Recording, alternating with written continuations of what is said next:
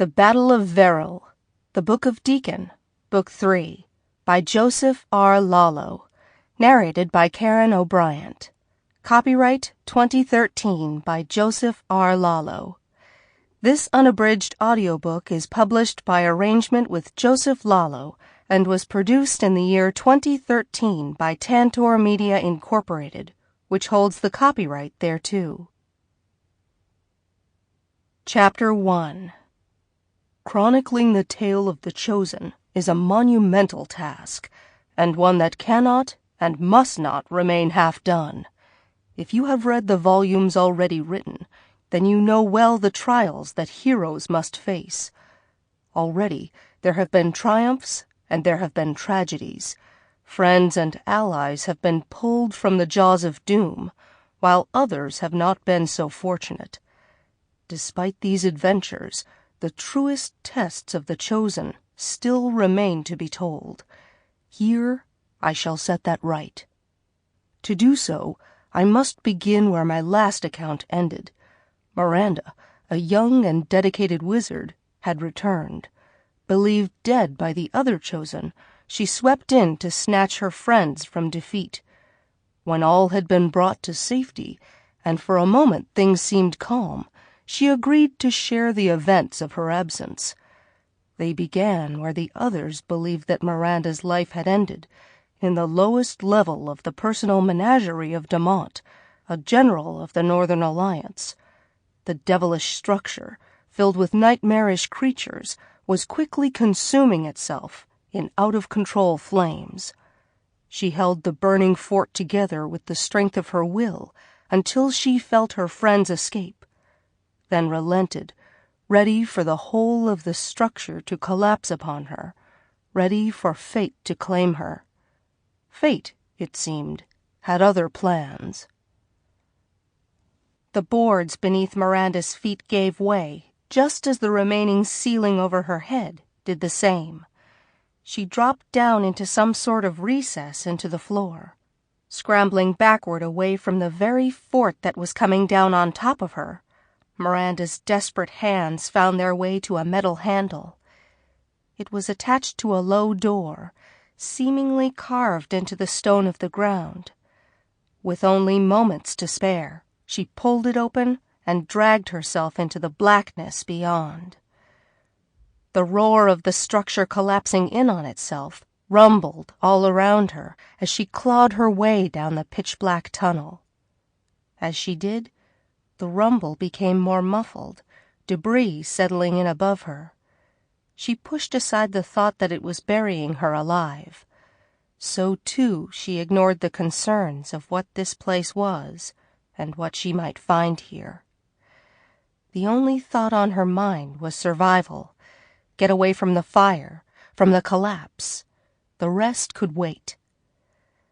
The fire had taken a greater toll on her legs than she had realized, as several attempts to stand failed.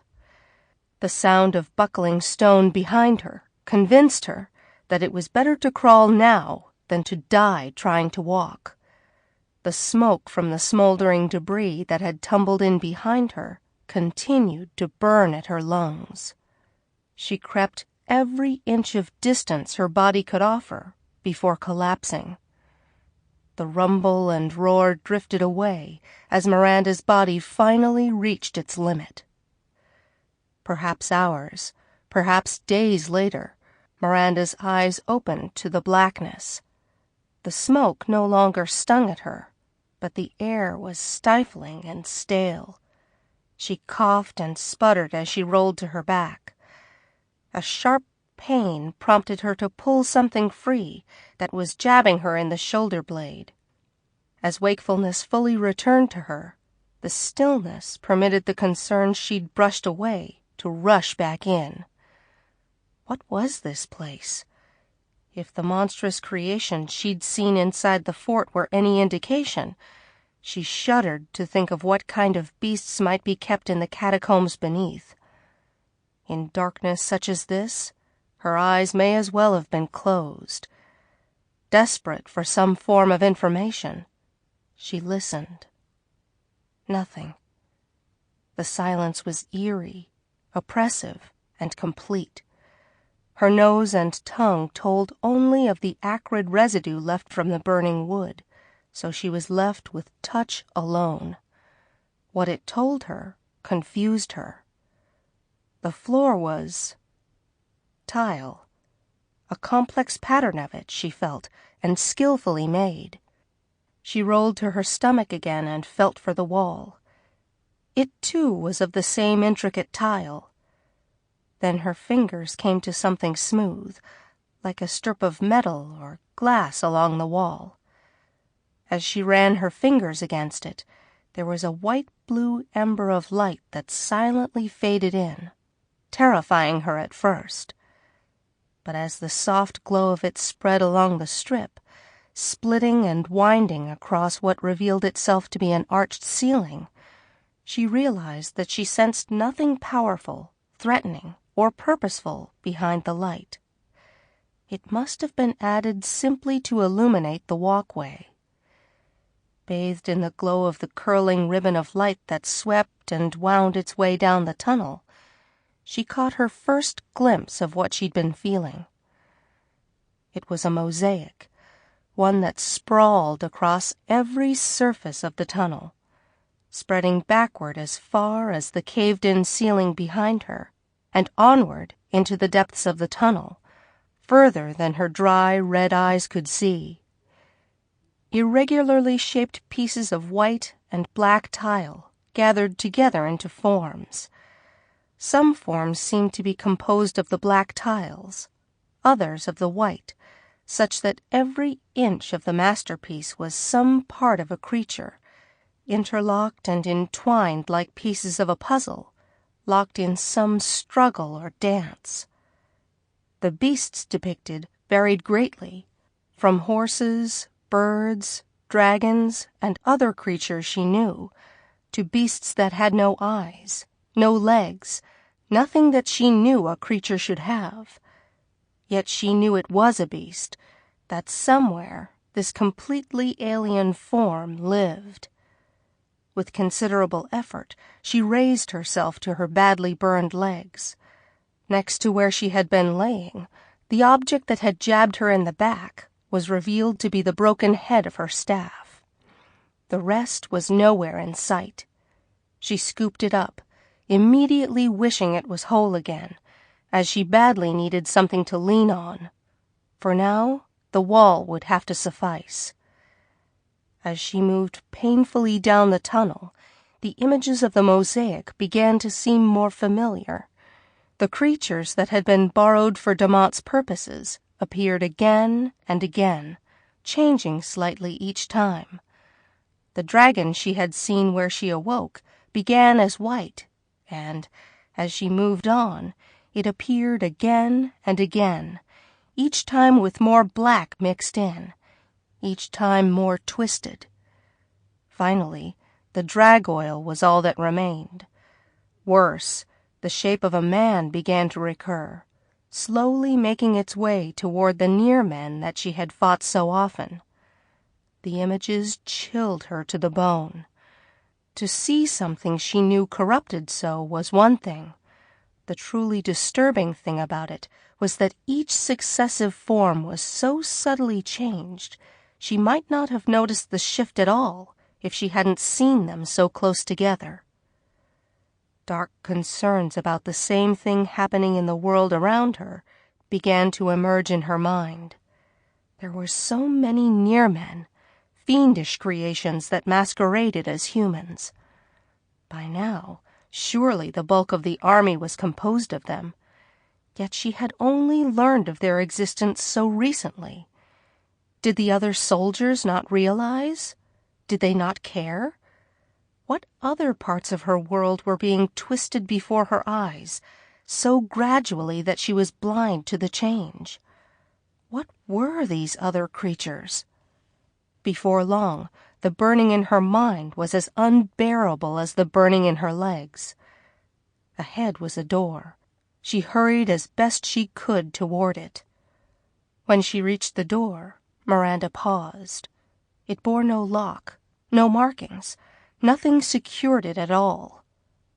It was not the way of the Deacon, her enemy, to be so careless. Something was on the other side of the door, something secret enough to bury it deep underground. Surely there was some measure in place to protect it. Of course, none of that mattered. The way behind was blocked. The only choice was to go forward. Carefully, cautiously, Myranda pushed the door open. The instant that she did, all of the light behind her vanished. A warmer, orange-yellow light, like that of a torch, took its place. The room before her became illuminated. It took no more than a glance to guess who owned this place. Just as in the laboratory that had fallen behind her, the room was immaculately kept. Thin, leather-bound books lined shelves along the wall in neat little rows. Sketches of this creature and that were pinned to boards and hung with care.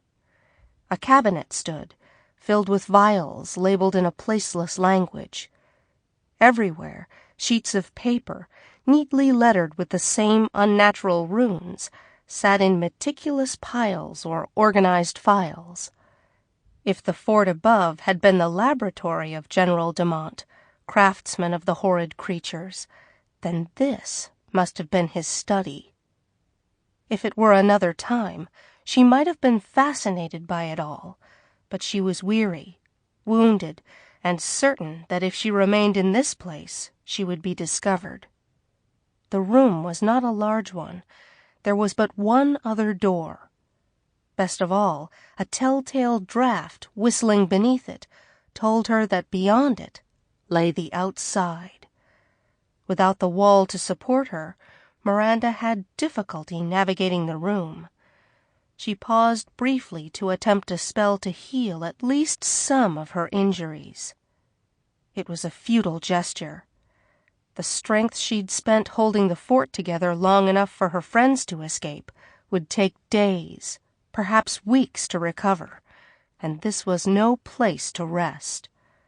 The best she could hope for was to reach her friends. With them by her side, she could at least rest, knowing that she would not face the next threat alone. If she was to join them again, she would have to hurry. When she reached the door, again, she found no security to speak of. She sensed no magic protecting it, though her recent ordeal had dulled her mind at least as much as it had her other senses. She pulled open the door and stepped outside, into the icy wind and biting cold of the north. Out of the corner of her eye, she saw a flash of light as she crossed the threshold. The door jerked shut behind her. She threw herself against it, hoping to stop it from shutting tight, but the force of the slam threw her to the ground. She placed her hands on the frozen ground and tried to stand. A clicking sound on either side of the door that had ejected her drew her attention. 2 alcoves, one on each side of the door, slid open. From each recess strode a beast that could only have come from Demont's twisted mind. The creatures were long and lithe, their bodies not unlike that of a panther. The head, though, looked at best like a collection of cutlery grafted onto the beast. 2 pairs of great, serrated mandibles clacked together menacingly in the place where a face should have been. A jagged, blade-like horn jutted from the forehead of the creature, though the lack of eyes, ears, or anything else that a creature should have robbed the area of any resemblance to a head. Cutting edges ran like stripes along the creature's hide. The beasts could not truly look at her, but each most certainly had its formidable weaponry pointed in her direction. Desperation and fear momentarily allowed her to ignore the state of her legs, and she lunged aside as the first beast dove at her. The second galloped off, away from the door. As Myranda rolled to her knees and tried to stand once more, the beast quickly recovered from its missed attack. The two creatures moved as quickly and surely as the cats their form had been cruelly adapted from, and it was mere moments before the first creature was ready for a second attack. The second creature had put a fair amount of distance between them, and now turned, bursting quickly into a full sprint. Myranda gathered together the frayed remains of her mind and threw up a meager defense. A pulse of mystic energy phased the nearest creature only slightly as she sidled over to the door and heaved herself against it. It would not budge. She turned her eyes to the nameless beast that faced her. Jagged, unnatural blades clacked expectantly. She raised her broken staff, but it was a futile gesture. Her spirit was drained. Defeat was at hand. What little strength her aching body could offer was poised to make the victory a costly one. The hair on the back of her neck stood up. Her heart pounded in her ears. As it had so often before in the heat of battle, time seemed to slow to a crawl. Her mind was burning with fear. Her skin tingled. With each passing heartbeat, the sensation grew. This was not fear. This was not anticipation. This was something more.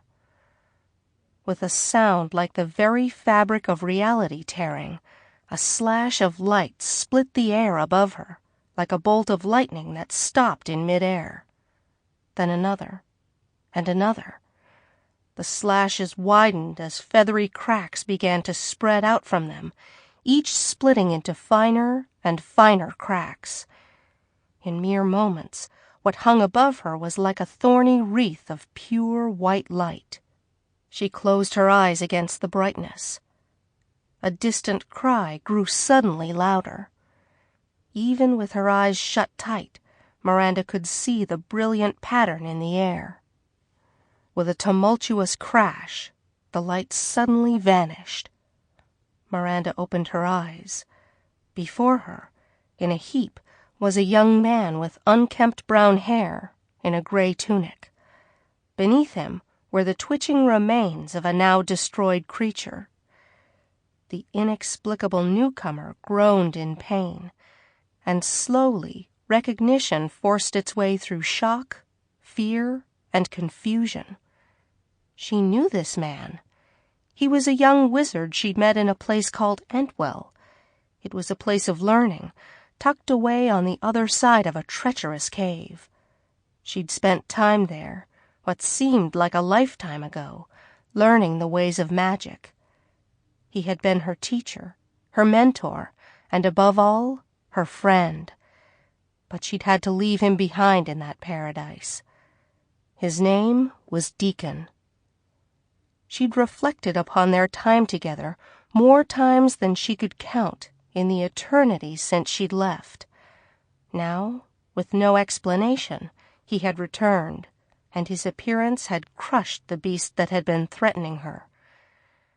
1,000 questions and a dozen emotions fought for Myranda's attention, but one pressing matter defeated them all: the other creature. Before she could draw breath to shout a warning, a second gash in the sky opened, and a small white bag came tumbling out. It landed with a force far too great for its size, directly atop the beast that was only steps away from bringing the unexpected reunion to an all-too-swift end. Thus, in the most unlikely of ways, the crisis was ended. Myranda looked down upon her ailing friend. The fall, and more so what he had fallen upon, had taken a rather severe toll on him. He groaned again and rolled to the ground, rising to his hands and knees, then finally, unsteadily, to his feet. Suddenly, his clenched eyes shot open. "Myranda!" he cried, as though he had just remembered the name. The wizard's eyes darted around. Finally, he found Myranda. He rushed to her. Myranda, heavens above, it is a miracle! Are you well?" he asked, crouching at her side, his own injuries instantly forgotten. No, you are not well at all. My crystal, where is it?" Deacon, Myranda called, finally with enough of her wits about her to appreciate the appearance of her old friend. "Here, yes," Deacon said, scooping up his crystal and rushing to her side. "What requires healing most urgently?" His voice was insistent and desperate. "Please, Deacon, calm down. Thanks to you, the danger is gone. Now, where did you come from? How did you get here?" Myranda asked. "From Entwell, directly," he said, calling to mind his long-neglected white magic teachings and beginning to restore Miranda's ailing legs. "But how? It is so far. When did you leave? How did you find me?" she asked. "I left a few moments ago. I've been watching you as best I could. It has been, well, part of a recent change in focus for me," he said. "A few moments ago?" Myranda said, confused. "Yes, instantaneous travel, transportation. It flirts with a number of techniques we have forbidden, but the principles were there.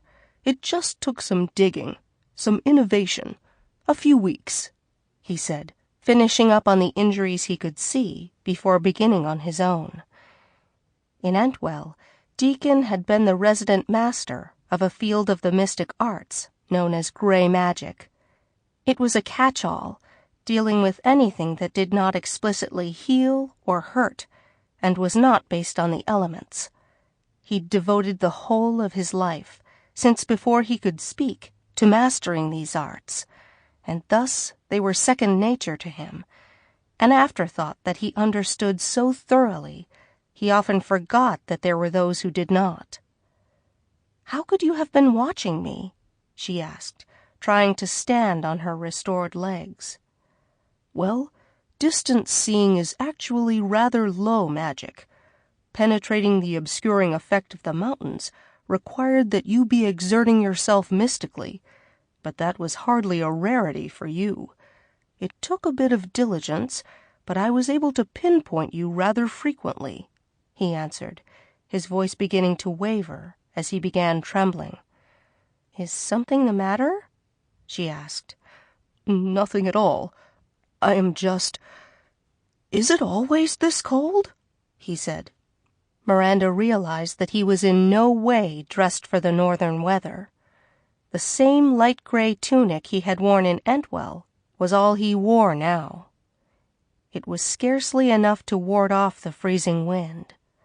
"Good heavens! Why didn't you wear something warmer?" she asked. I haven't been thinking very clearly of late. Not since... Never mind. I have some things in my bag which might help," he said. Shakily, he made his way to the crater that contained his bag and the remains of the second creature. When he spotted it, he jumped back. "What is this?" he asked, clearly having just noticed the beasts he had saved Myranda from. "I don't know. They just came out from the walls. Something Demont dreamed up, I'm sure," Myranda answered. "Demont," he mused, as though somehow he knew the name. "Fascinating. I've not seen something crafted in such a way." "You can study it later. You need to warm up," Myranda reminded him. "Indeed," he said. Deacon grasped the cinched closed end of the bag and tugged at it, but it barely moved. Blast it! I was afraid something like this would happen. The transportation damaged the enchantments," he said. "Won't take a moment to fix." He held his crystal unsteadily over the bag. A pulse of light and a flex of will later, and the bag seemed to rise up, as though it was no longer heavy enough to compress the broken creature beneath it. Sure enough, Deacon grasped the bag once more, this time lifting it as though it were empty, which it indeed seemed to be. He began to paw through it clumsily. As he did, the sound of much clinking and jostling could be heard from within. "Should have organized this better," he said, suddenly beginning to cough a dry, hollow cough as the bite of the cold finally got the better of his lungs. When the fit subsided, he cast a harried eye to the door behind him. "Is it warmer inside, perhaps?" "I wouldn't risk it. There was some spell on the door that released those creatures," she said. "If it was placed there, it can be removed," he said, gathering the bag closed and rushing to the door. Myranda watched anxiously as he inspected the door. He looked it over, even without his crystal at work, seeming to follow lines and patterns that weren't there, until his eyes settled upon the door-sill. "Here, runes. I don't recognize them, but it would seem they are spent. If we can manage to pry the door, the spell will not activate again," he stated with certainty. With that, he heaved a shoulder at the door, bouncing off painfully. He then raised his crystal. Another pulse of light, and the door burst open so forcefully that it was nearly torn from its hinges. He rushed inside. When the door did not slam shut again, and no more creatures appeared, Myranda followed, shutting the door behind her. Deacon was beating his arms and looking desperately for some source of heat. Finding none, he raised his crystal once more and released it. The immaculately clear, egg-shaped focus stone took on a warm orange glow, and almost immediately the room's temperature rose to a comfortable one. He settled against the wall, sighed with relief, and slid to the floor. "We need to move on from here as quickly as possible. This is Demont's workshop, I believe. I do not wish to be here if he returns," Myranda warned, nervously scanning the room once more. "Duly noted. A wise decision," he agreed, as he rummaged through his bag once more. The satchel was by no means large. Stuffed to capacity, it looked as though it might be able to hold a tightly balled blanket, and it was hanging quite loose. Yet he pulled one full-length white cloak, and then another from it. Dropping the bag on the ground, he hurriedly put the cloak on. It was not ideally suited for the northern cold either, but perhaps in addition to the tunic he wore, it would be enough. He then presented the other cloak to Myranda and helped her to put it on. "How did you fit those inside that small bag?" she asked. "It is quite large inside, a little trick traveling wizards use. I could make one for you if you like, but it would take a bit of time," he said, showing her the bag. When he opened the top of the bag wide, the inside looked to be mounted with vials, books, tools, indeed, the entire contents of Deacon's hut. They had not become any smaller either. Looking into the bag was like staring into the mouth of a deep pit. "That is quite all right. Deacon, Myranda began, fumbling for the right words. "How long will you be out of Entwell?" She wanted desperately to tell him how often her thoughts had turned to him, to tell him how much she valued their time together, but the words wouldn't come. It was as though it had been so long since she'd had someone like him in her life that she had simply lost her ability to express herself adequately. "For quite a while, he said. "My actions prior to my escape have soured attitudes toward me. I'm not certain I would be welcome." "What did you do?" she asked.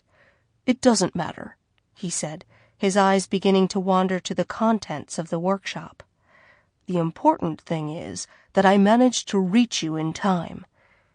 You say that this workshop belongs to Demont. He is one of the generals, yes?" "He is," Myranda said. "Then I think—" Sample complete. Ready to continue?